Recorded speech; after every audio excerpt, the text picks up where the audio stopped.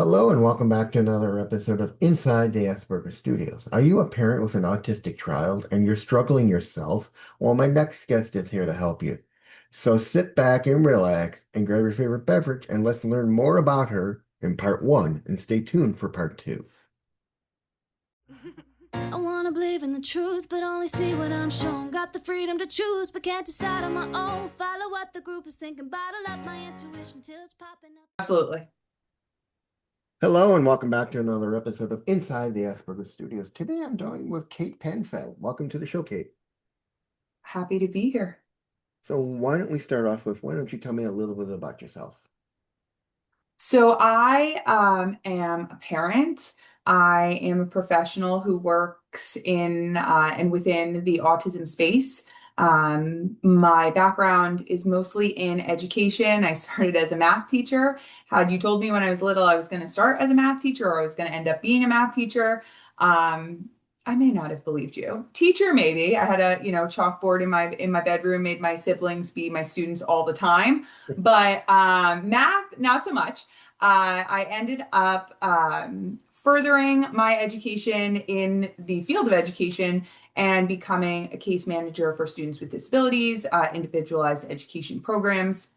And we in New Jersey have this educational certificate called a Learning Disabilities Teacher Consultant. So by trade and by certification, that is what I am.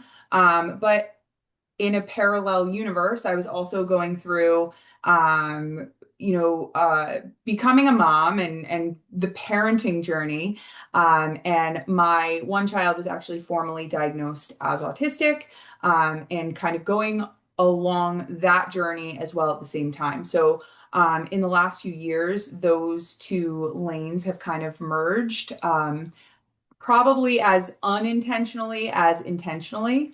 And I have really kind of put my personal and my professional focus and passion in the area of really that a very organically identified space of what happens after the autism diagnosis. Because I think for a lot of parents, me included, a decade ago, I thought that that day was going to be the day that I received answers and received maybe a path forward. And I can tell you, looking back on it, the only thing I can kind of compare it to was being dropped in the middle of the ocean and looking around and not being able to see any land, not knowing which way was the right way and which way was any way, like which way was going to lead me anywhere. And having, maybe one of those like round buoys that looks like a lifesaver, candy, but not much else. So that has been kind of that has been the bubble that I have been living in the last few years, and I love it in there, and I can't imagine doing anything else. Now, I mean, you're doing something that another one of my guests is actually doing, which I find amazing because people don't think about it is you're helping the parent. Yeah. A lot of people don't realize when you get a diagnostic, when your child gets a diagnostic, let me rephrase that, that it not only throws the child into this loop of, oh my God, my whole life is different, but it Yeah. throws the parent's life into a much more chaotic place of what do I do? Where do I go? Where do I find help? And people don't realize parents need as much help as a child. Absolutely. I think, you know, I think as a parent, every parent has, whether they mean to or not, they have an expectation for what their parenting journey will be. They have an expectation for what kind of parent they'll be. I mean, we could give the most typical example of like, you look at these baby onesies, you look at these things out there, it's like, daddy's big slugger or, mommy's little shopping buddy. Like those are expectations of what our children will be or who they'll be, that are based in nothing but other than like, these social norms that we have created, this culture we live in. And I think that following along on that idea, like we as humans, we throw ourselves into helping. We want to solve, we want to help, we want to fix, right? This idea of fixing when if you look at autism, if you look at an autistic brain, as a neurology, as a different wiring, there is nothing to fix. And we as parents very naturally and almost first end up creating this village for our child, end up creating this Mhm. support system for our child, whether it's therapists, schools, supports, all of those things. And my mantra has really kind of become, you have built their village, now let's build yours. Because there Mhm. is a grieving of that expectation of what your parenting journey would be like. And you have to kind of get real that, you know, as I build rapport and relationships with the parents I work with, because again, you can't say this off the bat because no one wants to hear it. And I remember like hearing it for the first time. You're like, whoa, whoa, whoa, like, wait a minute, back up. Like, what do you mean I have to change the way I'm doing things? Or what do you mean like I have to change what I believe? Mhm. And it's much easier to say like I need my child to change things, or I need them to shift and fit into something. And the reality is it's as much, if not more, of a shift and education on the parent side of it than it is on the child's. I mean, one of the things parents don't realize, or one of the things I've come across, let me first start off by saying, is when I first got into this community and finding out I was autistic and creating myself a little place on the interwebs, was parents don't like to hear the word disability, no Mhm. matter when it refers to their child, because it means to them their child is defective. Yeah. And I remember arguing with these people saying, listen, you can say what you want, you can call it what you want, but no matter how you look at it, if your child is diagnosed with autism, he's got a disability. It's not a physical one, but a mental one. It doesn't make him, as like we like to say in the community, it doesn't make him less, it makes him better. And I think too, there's this idea that, you know, I always wonder, like, I love those videos that flip it around and kind of put it in the perspective. I'm not going to do a good job explaining this, but like put it in this perspective of like, if the world was first identified by neurodivergent folks, or, first, like if all the research was, if everything was flipped, then would we be expecting neurotypical people to be fitting into a neurodivergent world? And would that be considered a disability, right? I Mhm. think for me, it becomes so much more about the mismatch in styles. And maybe styles not isn't the right word because it's just the mismatch of really all things because for so long we didn't know what we know now about and in 5 years we'll know so much more. But just that idea that I think a lot of the co-occurring things that come along with an autism diagnosis have so much more to do with trying to force a brain style Mhm. into a box that it Mhm. does not fit in. I mean, the best way to put that is trying to fit a square into a circle. Yep, And people don't absolutely. realize that. And some of the great conversations I have been with, especially around the fact of eating.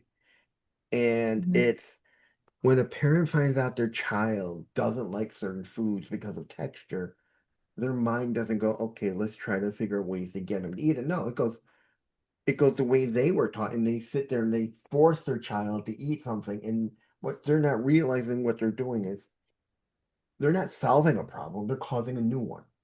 Mhm. And that child's gonna wind up with more issues with texture and eventually may wind up with ARFID. And that's a whole other ball of a ball wick where the child now has to deal with this and the parents got to find a specialist to deal with that.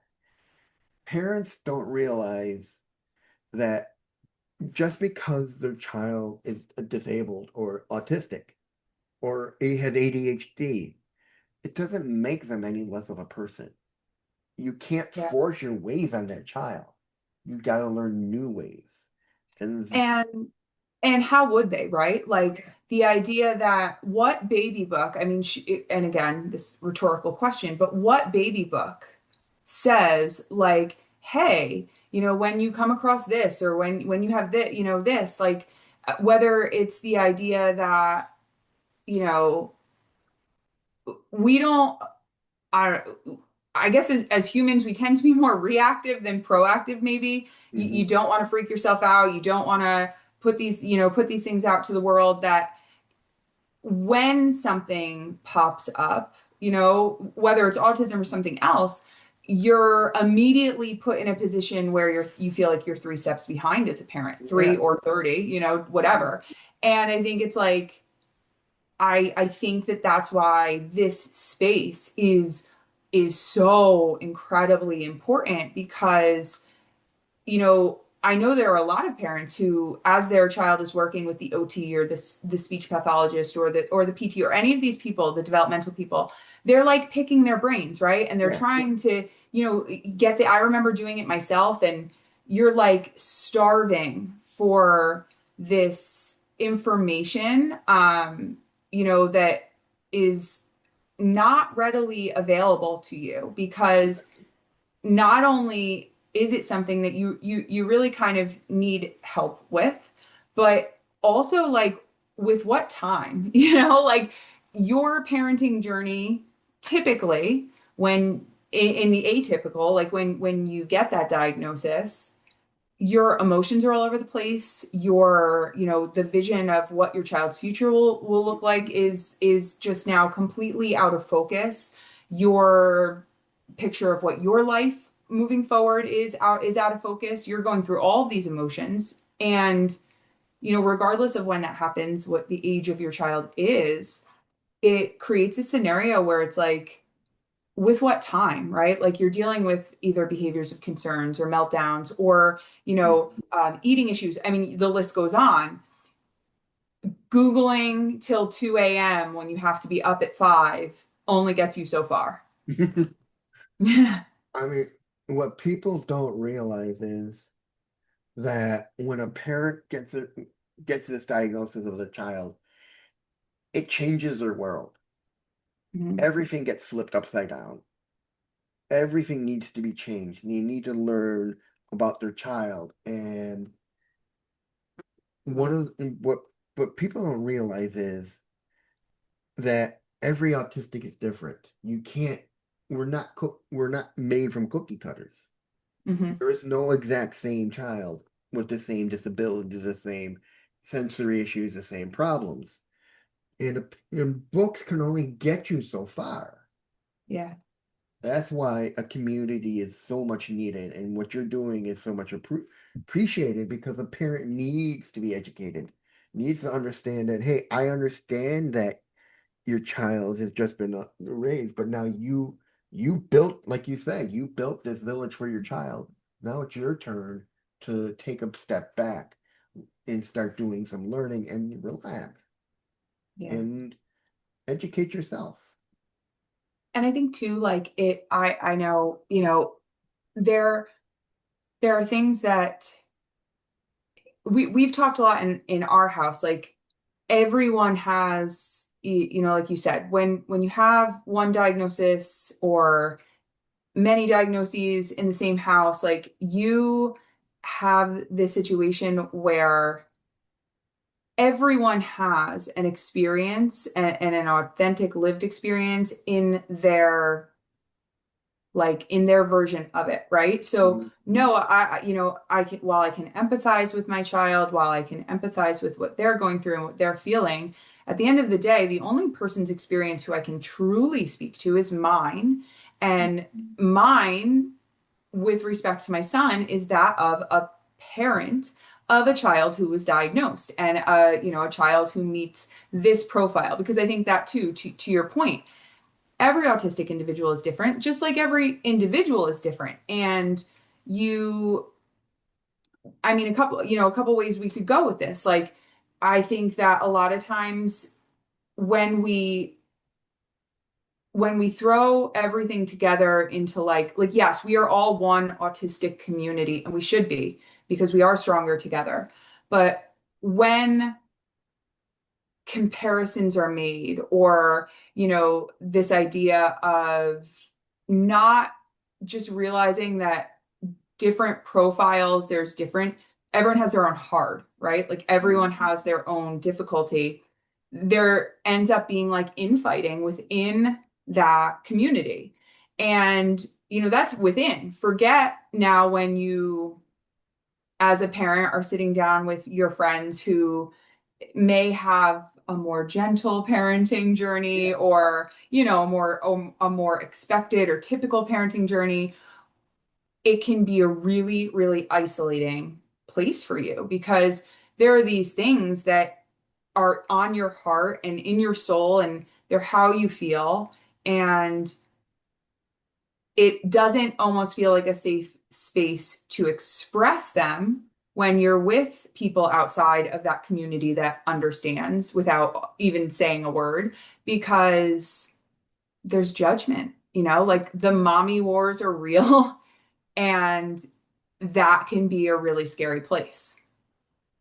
I mean, one of the things I know a parent is scared about, and they don't know how to deal with it, is if you're a new parent and your child has his first meltdown. I mean, parents are thrown into a whole other world of how do I calm my child down? And I can relate to this as an adult because I had my first meltdown. And I didn't know what it was until I started learning more about myself in the autism community. I was on my way to school and we're in the airport, and the guy behind the desk, as we're asking where to go and things, he goes, "Oh, you're only allowed one parent at the gate." And what I'm not realizing is I got so much stimulation going on. I got excitement, I got noise, I got sound, I got smells. And I don't realize my mind's getting overloaded. Mhm. And all I can think of is at that point is I want both parents. I'm leaving for a year, and you're telling me I can't have both my parents at the gate seeing me off, and my mind just goes, and I break down. Yeah. And I start crying and crying, and my father just turns and goes, his mother will go with him. And the guy goes, "Listen, I'll tell you, there is a glass wall right behind the gate with a security guard on the other side and a chair. You can sit there and you can still watch him go." And I remember walking with my mother and my father going on the other side, and I'm still crying and I'm crying, and my mom calls my father on the phone. He goes, "Here, talk to your dad while I go get a newspaper for him and some candy." And she goes in, and I'm talking to my dad, and my dad doesn't understand what's happening. And all my dad says to me is, "Stop it. You're making yourself look like a fool. You're embarrassing yourself." And my mom comes out, gives him, slides the paper through the revolving door, and my dad falls. Smile comes up across my face. I'm still crying. And the minute the gate call goes up, it's like a switch flips, and I'm back to normal. I get into the plane and I take a picture of myself, send it to my parents, and it's like nothing ever happened. If my dad and my mother knew that was a meltdown and I did, I would know how to deal with myself differently. Yeah. And I think, you know, the idea that like I still remember, like, we were having in our house um meltdowns with like increasing levels of distress, right? And my son was probably like, I would say between like 3 and 4 years old, right? But those moments had only happened in our home. Hmm. And I still remember, I think my son still remembers, to be honest, like the first time that it did happen outside of the house, and where we were, and why. And it is so interesting because, to your point, like you very well can identify the trigger that was like why it happened, right? And I think for me, looking at it, going through it with my son, from when he was very little, we did, you know, we did learn, um,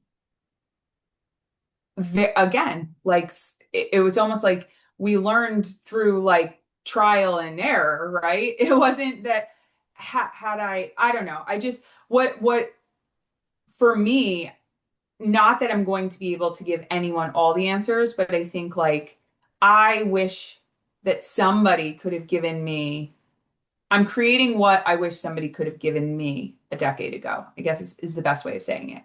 Because, you know, there's this level of like guilt that comes along with it, which, like, listen, as a parent, you're going to have guilt about everything. You have to let it go, like, you know, no matter who your kid is. But just the idea that because it took so much trial and error, and because, you know, in those first few meltdowns, like we didn't know, we didn't know either. We didn't know what was going on or why it was going on or whatever. I should mention, like, this all was happening way prior to my son receiving the diagnosis. He actually didn't even, with, you know, one of the older measures that's still considered the standard for diagnosing, um, he didn't come up. He didn't qualify. He didn't meet that criteria. And so I think there's such a such an untapped group of people that even those that don't have a diagnosis, even those that are just having a hard Mhm. time, you know, navigating the world with their children, um, you know, they're like, what do I do? Why is this happening? What do I do? How do I stop it? And not how do I stop it so much as like, how do I stop it? But like, how do I make this better? Because, you know, I'm sure that it was really difficult even for your parents to watch you go through that really challenging moment. I mean, well, my father wasn't around when I got my official diagnosis, and I remember that I didn't get diagnosed till I was 50. Um, I had gotten or I saw an ad on Facebook for a clinical research study for Hmm. a drug for autism to help with communications. Okay. And I applied for it and didn't hear, and I just forgot about it. And then one day I get a phone call. Are you still interested in this clinical trial? And Oh, I'm that's like, wild. yeah, sure. So they're like, oh yeah, you got to bring your mother in for the first time. So we go, and it's the first thing they need to do is they have to give me the actual test because they Hmm. need to see where I am exactly on the spectrum if I qualify. Yeah. It was an eye opener to both my mother and I because it's something we've never thought about. They split us up in two different buildings at that point. And my mom was like, why did you have to do this? And of course, I'm pretty sure you're aware of this. It probably happened with you and your son. And it's like, because we want unbiased opinions of yourself and your mother and your unbiased opinions, what your mother thinks without her going looking to you. Right. And it was a 4-hour test. And once it was done, I got accepted into the clinical research. It lasted until just about COVID started, and it was Mm. kind of an eye opener to get an official diagnosis.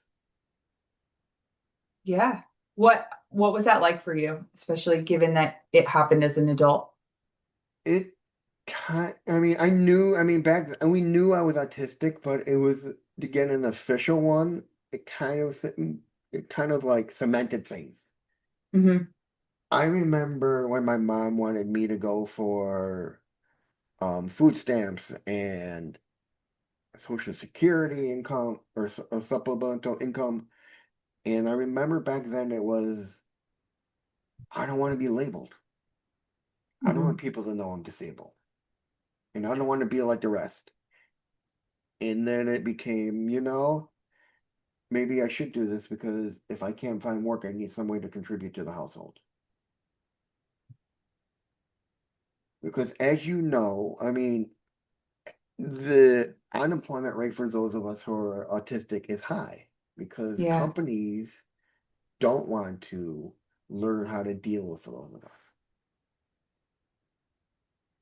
And that's where for for me, I agree with you completely. Like, I don't think that we as a society do enough to, again, like to I think there's such this idea of like autistic individuals need to fit into this world, or individuals need to fit into, this box, that square peg round hole. Hmm. Whereas I think that if there could even be a step toward the middle, in the other direction of like whether it's companies or employers, businesses, any of it, where they were willing to even be like, again, like, of course acceptance is the goal, but even to be aware, like, how can we talk about autism acceptance when we haven't even hit autism awareness, right? Yeah. Like, there are some people who are still, very, very unaware of what it even means. They have a very stereotypical and outdated um, picture of what it means to be autistic. And where I'm from, like, we are pretty rural, excuse me, and we're pretty rural and we're pretty limited in all resources and all services, but super, super limited in resources and services post high school, adulthood, 21 plus. And we don't have public transportation. We don't have, the ability to get around.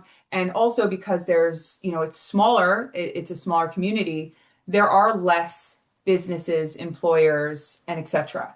So, you know, it has always been my opinion, and I've always shared it, especially when I was in the school, because there is supposed to be a huge component of that as you move out of school, especially for those children who already have the label, are already receiving services.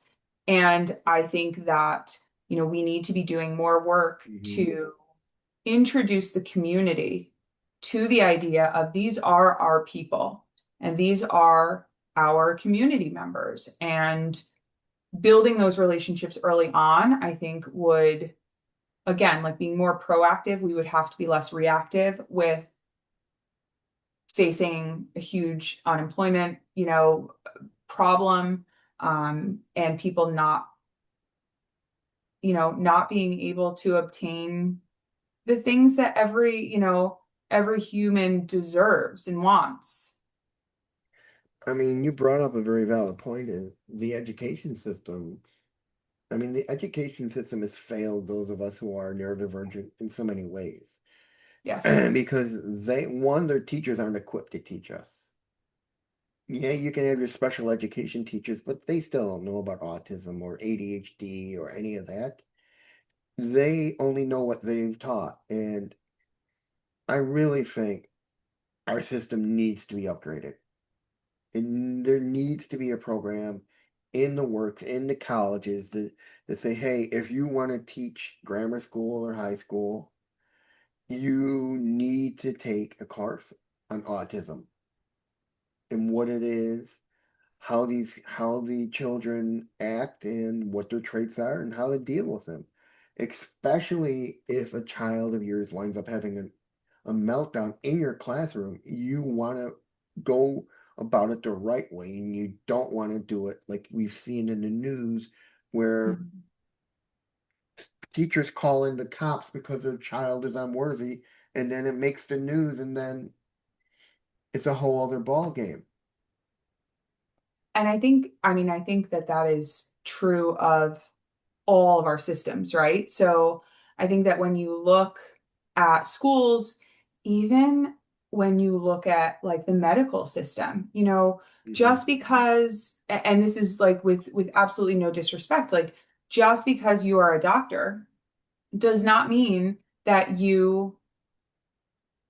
know a lot about autism or whatever, because again, how can you be a specialist in anything?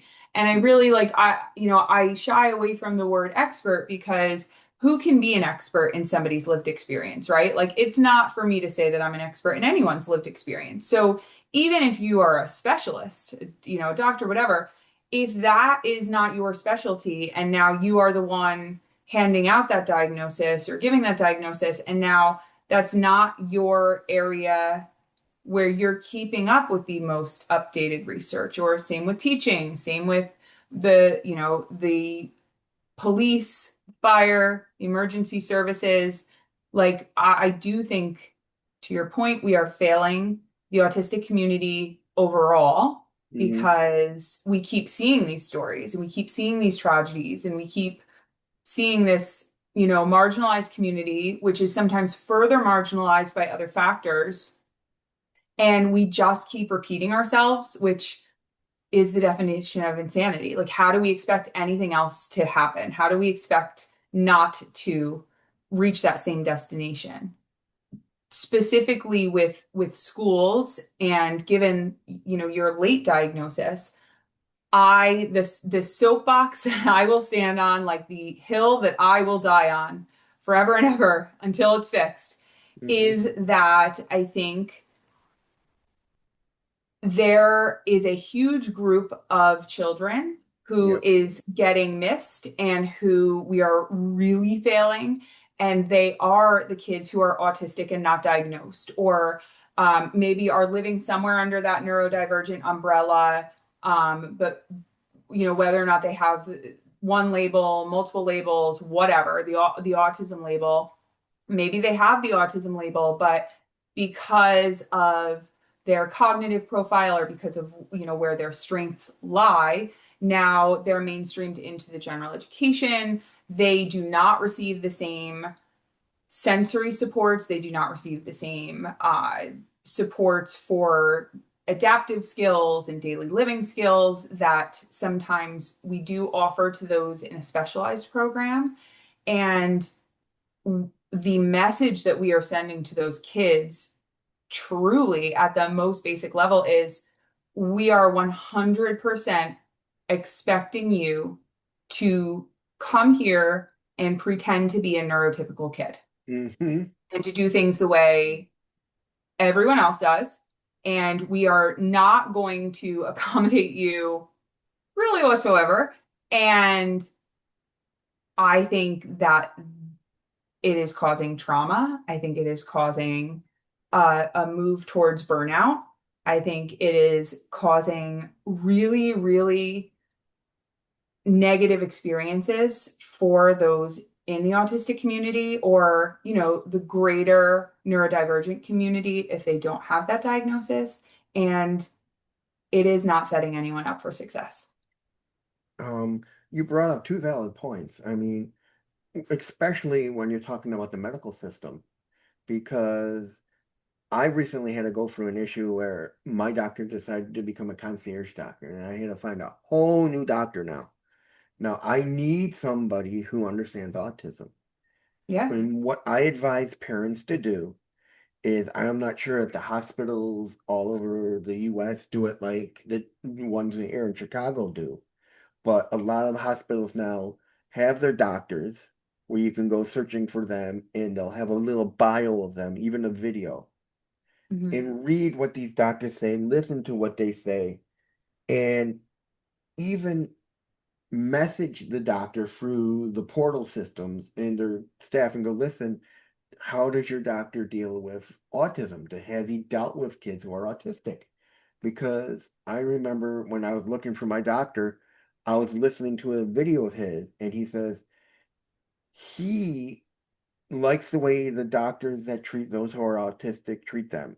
And he wants to do it the same way because he's got two brothers that are, one brother that's autistic, and he likes the way the doctors are treating them. And that's Yeah. a very important message. Well, and I think too, like, I think that is a step towards, again, like, n- I don't like using the word normal, but like normalizing the idea that it is, not to, like, I don't want to cheapen it, but the fact that it's just another facet to like anything else, oh, I prefer a female doctor, I prefer a male doctor, I prefer whatever. I prefer a doctor who's neuroaffirming. I prefer a doctor who is going to, I prefer a doctor who's going to look holistically at me versus, like Western medicine. truly in like Western medicine or, whatever. Like, I think just like any of those like options, why is it not even available to say, like, I want somebody who is neuroaffirming, who's going to look at autism from a brain style perspective, somebody who is going to, look holistically at me and meet me where I'm at. I mean, again, we had a similar thing where my son's autism diagnosis is right there. And we share it because it is important when you're talking about how to communicate with somebody. And this, poor doctor who didn't know, we ended up at an urgent care. So it really truly was like a random thing. But, did not at all recognize or was not aware that like my son has very little room for small talk, nor a need for it either, right? Like he does not need that. He was there that day and he's little, but like he was there because he woke up with a sore throat. We didn't have, our typical doctor wasn't open. We ended up there and like he came to get medicine and then go home. He didn't need to talk about the weather and the temperature and the ball game and all this stuff. And that was like, that got very lost in translation. And I think he was taken at face value as being rude Mm. when he wasn't being rude. He simply was, he was there for a purpose. But I go back to again the idea that it's like, it is a mismatch in communication styles. And if you do not know that, then you don't even have a chance. Like you're set up to fail. You're set up to fail. I mean, the society today, as you know it, is not ready for us. It's not ready for the neurodivergent kids. Teachers aren't educated properly. Businesses don't know how to deal with us. It's let's force them into the neurotypical world. And one of the best ways I can explain a meltdown to anyone who's not neurodivergent is imagine taking your kid who's late for school, coming out of the shower, he's already wet, you throw on his shirt, it's backwards. You throw him onto the bus, now he's wet, his shirt's irritating him, and he's got the noise from the bus. You throw him into school, now he's wet, he's irritated, and he's got all the noise from school going on for 8 hours. He comes home, he's burnt out by that point. And he goes into a meltdown because he can't get away from that stimulation. Well, the analogy I love is he's the soda can kid, right? Like my kid's the soda can kid. He is a soda can, and when he goes into school, by the shower, shake the can. Put the shirt on wet, shake it a little bit more. Now you're on the bus, shake it up. And he shake, shake, shake, like all day his soda can is shaken. And then at the end of the day, he comes home to a safe place and the soda can opens. And we all know what happens with the shaken soda can. It And there's explodes. no stopping it. There's Yeah. no stopping it. No, I know you're just about out of time. You got to go. I'll ask you two last questions. Okay. What one truth do you wish every parent of a neurodivergent child could fully embrace? Ooh, that's a great question.